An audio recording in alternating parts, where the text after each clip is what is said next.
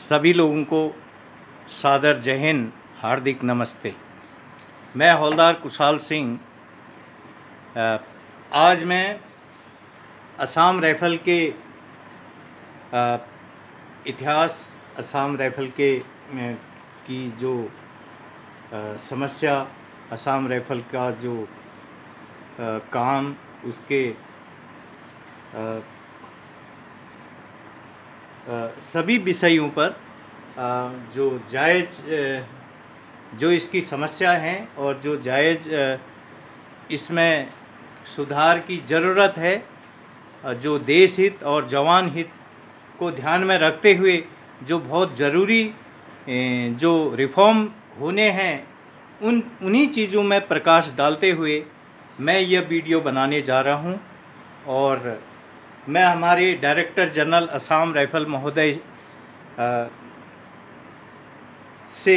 विशेषकर इसमें आग्रह करता हूं और अनुरोध करता हूं कि इन ज़रूरी और जायज़ चीज़ों पे खास आप ध्यान दीजिएगा और इन बिंदुओं पे की आप छानबीन करके, इनकी जांच करके आप इन चीज़ों पे सुधार के लिए ज़रूरी कदम उठाएंगे। मैं असम राइफल के 1.25 लाख भूतपूर्व सैनिक और असम राइफल के 70,000 सेवारत सैनिकों की जो अंतरात्मा की आवाज़ है, और उन्हीं चीज़ों पे, उन्हीं बिंदुओं पे को मैंने महसूस किया है और मैंने उन चीज़ों को खुद जिया है, उन तकलीफ़ों से मैं गुज़रा हूँ। और तो उन्हीं चीज़ों को मैं मद्देनज़र करते हुए यह वीडियो बनाने जा रहा हूँ। और मुझे आशा है आप इन पॉइंटों को हमारे डायरेक्टर जनरल साहब तक पहुँचाएंगे, और ताकि यह आगे फिर संबंधित मंत्रालय, संबंधित मंत्री महोदय, संबंधित सचिव महोदय, संबंधित जो भारत की जो राष्ट्रीय सुरक्षा सलाहकार समिति है और संबंधित जो भी हैं, तो उन तक ये पहुँचे और वे इस विषय, इन गंभीर और ज़रूरी चीज़ों पे संज्ञान लेंगे और इसमें रिफॉर्म करने के लिए अपना योगदान देंगे। तो सबसे पहले मैं असम राइफल, सभी को पता है कि असम राइफल जो भारत की सबसे पुरानी पैरामिलिट्री फोर्स है और आर्मी ऑपरेशनल कमांडेड फोर्स है। और सभी को पता है इसका जो 1 नंबर का जो है ऑपरेशनल ड्यूटी हो, चाहे प्रथम विश्व युद्ध, द्वितीय विश्व युद्ध, भारत चीन युद्ध, भारत पाकिस्तान युद्ध, सभी में और इसने अपना योगदान दिया है। और भारत की जो वीरता पुरस्कार सूची में भारत की सेनाओं में भी अपना एक अव्वल सेनाओं में अपनी एक जिसके पास वीरता चक्र है, उनमें इसका भी एक स्थान है। मैं नहीं कहता कि सबसे ज़्यादा इसके पास है, लेकिन परमवीर चक्र को छोड़ के और वीरता चक्र जो है, वीर चक्र, शौर्य चक्र, कीर्ति चक्र और अशोक चक्र सबसे ज़्यादा असम राइफल के पास है। ये शायद जिसको पता नहीं है तो ये उन्हें भी पता होना चाहिए। तो दूसरी बात यह है कि असम राइफल की अब समस्या क्या है। सबसे बड़ी समस्या है कि इसका 90% आदमी अपनी सरकारी नौकरी छोड़कर 20 साल के बाद वॉलंटरी रिटायरमेंट पेंशन यानी कि स्वैच्छिक सेवानिवृत्ति पेंशन आने को मजबूर होता है, क्योंकि सभी लोग जानते हैं आर्मी ऑपरेशनल कमांड के अंदर आर्मी रूल के मुताबिक एमओडी रूल के मुताबिक 60 साल की उम्र तक सर्विस करना पॉसिबल नहीं है। तो इसीलिए हमारा 90 से 95% आदमी जो है 20 साल के बाद वॉलंटरी रिटायरमेंट पेंशन आता है, जिससे उसको पेंशन में और उसको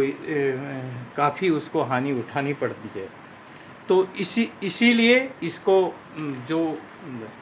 जैसे 1 जनवरी 1986 से पहले था कि एमओडी आर्मी की तरह ही इसको पेंशन, वेतन, प्रमोशन, ऑनरी सूबेदार मेजर रैंक तक, ऑनरी कैप्टन रैंक तक इसको प्रमोशन दिया जाता था। लेकिन इसको जो है 5 रुपये के अंतर से ये था मामला। उसके बाद इसको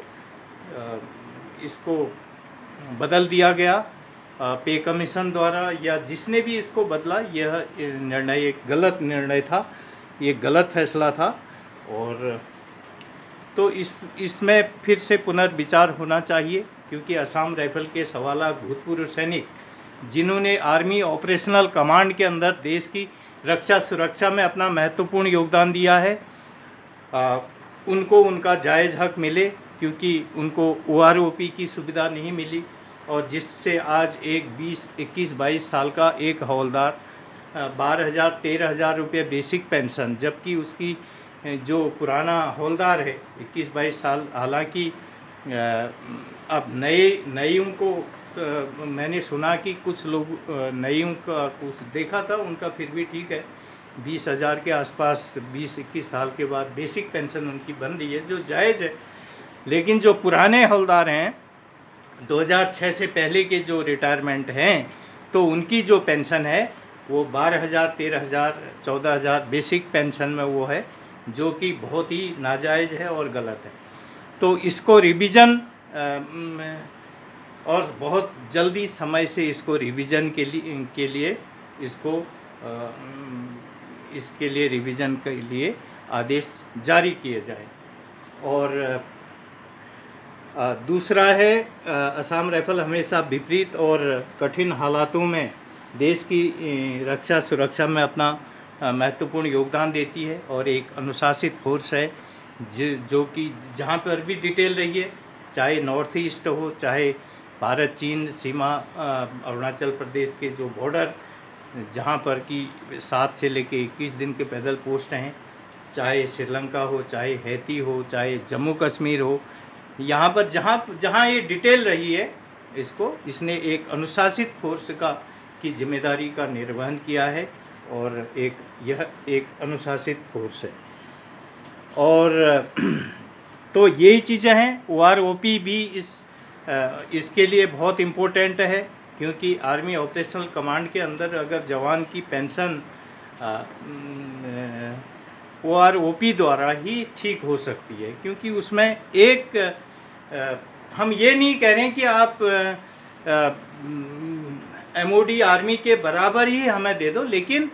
सबसे इम्पोर्टेंट चीज़ है कि असम राइफल का जो पेंशन, वेतन और प्रमोशन और जो इसकी भूतपूर्व सैनिक सुविधा का जो बजट है, ये सुविधाएं रक्षा मंत्रालय से जारी की जाए। क्योंकि जब हमारे जो टॉप कमांडर हैं, हमारे डायरेक्टर जनरल साहब हैं, हमारे यूनिट के जो है CO साहब हैं, और यूनिट के जो टॉप कमांडर हैं, वो सब MOD आर्मी से आते हैं, और MOD आर्मी की तरह ही असम राइफल से ड्यूटी ली जाती है। और इसी कारण से असम राइफल का जवान अपने अनुशासित के साथ होने के साथ साथ आर्मी ऑपरेशनल कमांड में नौकरी करता है, और 20 साल के बाद 90% आदमी वॉलंटियर पेंशन आता है। तो इसको MOD आर्मी के एनालॉजी में जो भी न्यायिक है, जो जायज़ है, जो संवैधानिक है, वो इसको दिया जाए। लेकिन इसके जो बजट को, जो पेंशन, वेतन, प्रमोशन और सुविधाओं के बजट को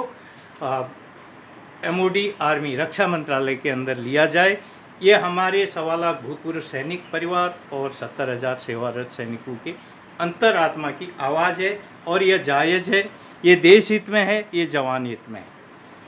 अगला पॉइंट है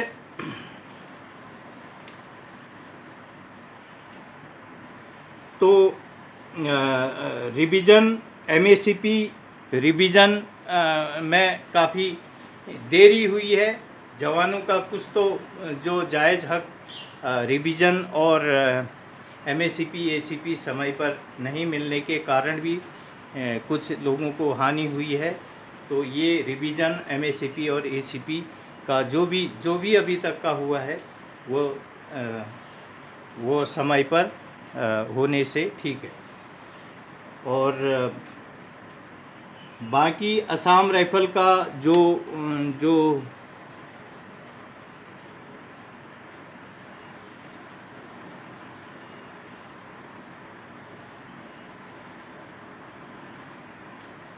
यही मेन समस्याएं हैं असम राइफल के लोगों की, जो मतलब इसलिए असम राइफल का जो सबसे बड़ा मुद्दा यही है कि असम राइफल के जो पेंशन, वेतन, प्रमोशन और सुविधा, भूतपूर्व सैनिक सुविधा, जो भी ये बजट है और जो ये चीज़ है, ये रक्षा मंत्रालय से जारी हो, ताकि असम राइफल के 1.25 लाख भूतपूर्व सैनिक परिवार, विधवा, वीरांगनाएं, माता बहनें और सभी लोगों को भूतपूर्व सैनिक का सुविधा मिले, भूतपूर्व सैनिक का दर्जा मिले और इनका जो जायज़ एक मौलिक हक है और अधिकार है। तो इसलिए मैं असम राइफल के डायरेक्टर जनरल साहब से अनुरोध करूंगा कि इस संबंध में आप इन चीज़ों को संबंधित मंत्रालय, संबंधित मंत्री महोदय और भारत की राष्ट्रीय सुरक्षा सलाहकार समिति और राष्ट्रीय सुरक्षा सलाहकार और इत्यादि जो भी जिम्मेदार असम राइफल के पदों पे, से संबंधित पदों पे, सभी को इन बिंदुओं पर वहाँ पर दिखाएं और उनके सामने रखकर दिखाएं कि ये वास्तविक असम राइफल की समस्या है। तो तभी इस समस्या का समाधान होगा। और यहीं पर मैं वीडियो को ख़त्म कर रहा हूँ। आशा है आप इसे लाइक करेंगे और सब्सक्राइब करेंगे और शेयर करेंगे। Thank you. Happy day, good day.